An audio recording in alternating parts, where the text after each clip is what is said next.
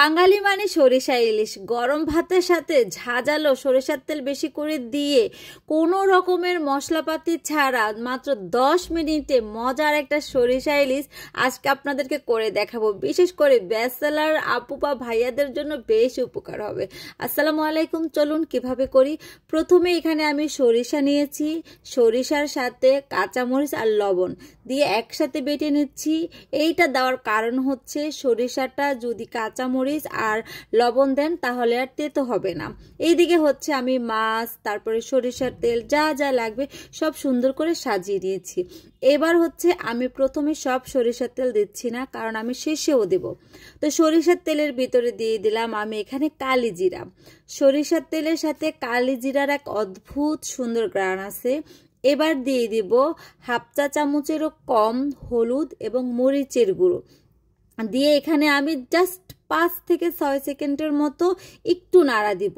সাবধান, কিন্তু এই জায়গাটা পুড়ে গেলে কিন্তু আপনার খাবারের টেস্টটাই নষ্ট হয়ে যাবে। এবার সামান্য পানি দিয়ে যে একটা হলুদ আর মরিচের যেটা কাঁচা গন্ধ সেটা যেন চলে যায়, একটু কষানোর মতো করে, তাও সেটা আপনি মনে করেন 30 সেকেন্ডের মতো করে একটু নাড়াচাড়া করলেই হবে।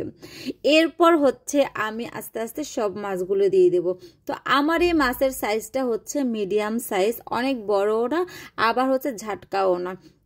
তো অন্যান্য সময় মাছ রান্না করলে আমি মাথা লেজা নেই না, তো আজকে একটু নিয়ে নিলাম কারণ একটু গ্রেভিটা বেশি করব। আর আমার বাসায় আমার হাজবেন্ড, বাচ্চা সবাই আমার হাতের এই খাবারটা অনেক অনেক বেশি পছন্দ করে। তো প্রথমে হচ্ছে আমি মাছগুলোকে দিয়ে 3 মিনিটের জন্য ঢেকে দিচ্ছি। এবার ঢাকনাটা উল্টিয়ে আমি আবারও 2 থেকে 3 মিনিটের জন্য ঢেকে দেব। এইদিকে আমার জালটা কিন্তু একটু সাবধানে দিতে হবে। সেক্ষেত্রে আমার যেটা সরিষার তেল বা একটা লবণ দিয়েছি, কিন্তু মাঝখানে মশলাটা মানে মাছের ভিতরে মশলাটা সুন্দর মতো ঢুকবে। প্রথমেই কিন্তু আমি সরিষাটা দেই নাই, শেষে যদি আপনারা সরিষাটা ইউজ করেন ঝাঁঝালো একটা সরিষা ইলিশের যে অথেন্টিক ঘ্রাণ সেটা পাবেন।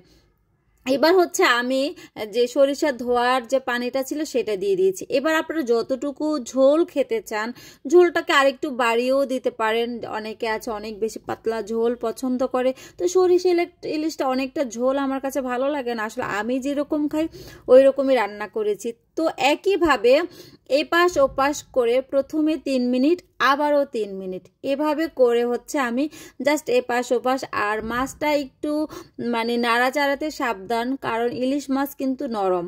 এবার নামানোর আগে দিয়ে দিলাম সরিষার তেল।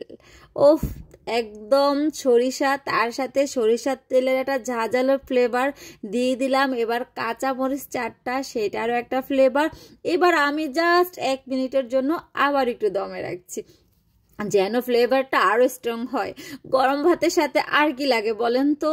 ব্যাচেলার ভাইয়ারা যারা কষ্টের জন্য খেতে পারেন না তারা যে কোনো সময় করতে পারেন। যাদের নতুন বিয়ে হয়েছে বা যারা একদম সরিষা খান না, আমাদের পুরো বাসা আমরা কেউ আগে খেতাম না, বাট এখন সবাই সরিষা ইলিশের ফ্যান। কারণ এখানে কিন্তু কোনো মশলাপাতি যেহেতু নাই, হেলদিও বলতে পারেন, যেহেতু জাস্ট সরিষার তেলেই করা।